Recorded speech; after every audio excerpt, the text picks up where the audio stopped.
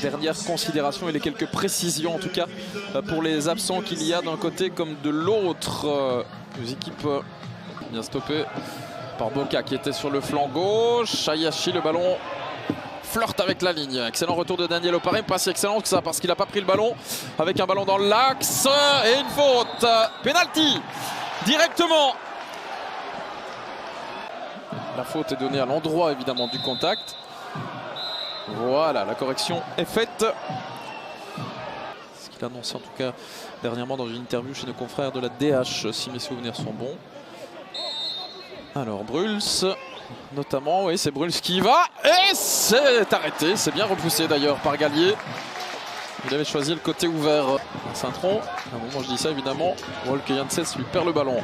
Cashback, bien vu, l'appel de balle et la position de Valentin Guillaume. La passe est très bonne aussi, il n'y a pas de hors-jeu pour moi. Conceição peut-être pour le but. Non, c'est à côté. 0-0 et voilà ce qui peut poser problème aux Cérésiens.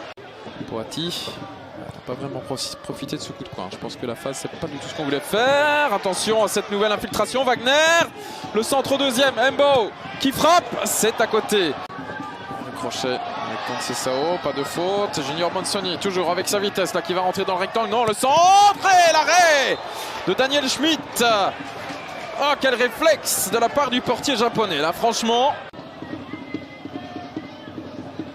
Cashback. Oui.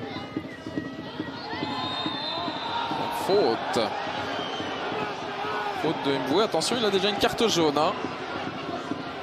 Et dans un premier temps, j'avais l'impression que c'est le Trudonnet dans l'oreillette, très certainement. Deuxième jaune donc pour Steph. Ce dégagement, la déviation elle est bonne avec Wagner et Poati qui arrive sur la gauche. Wagner qui doit donner ce ballon dans le bon tempo, c'est fait à Morgan Poati qui est parti. La frappe et l'arrêt de nouveau de Schmidt. Wagner, c'est au fond. Et voilà.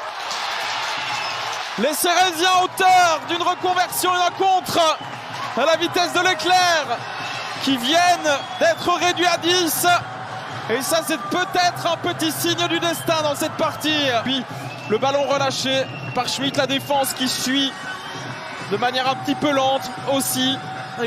De Saint-Tron à présent est aux abords du rectangle. Il reste un quart d'heure, on pousse. Oh, c'est pas mal joué. Hayashi, c'est au fond.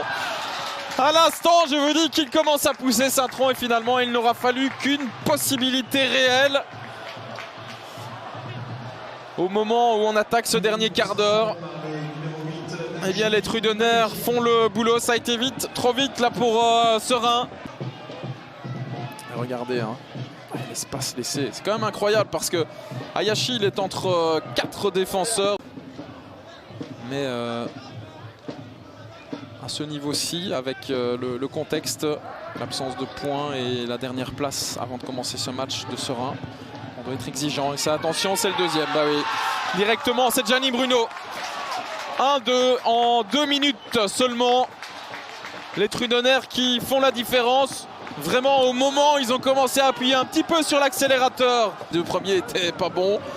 Allez, ces 2 premières passes en tout cas. Et là, c'est un assist parfait. Perte de balle de Monsoni à la base. Et les forces commencent peut-être à manquer. Le coup de coin pour Serein, c'est rentrant. Et c'est Daniel Schmidt qui capte ça sans problème.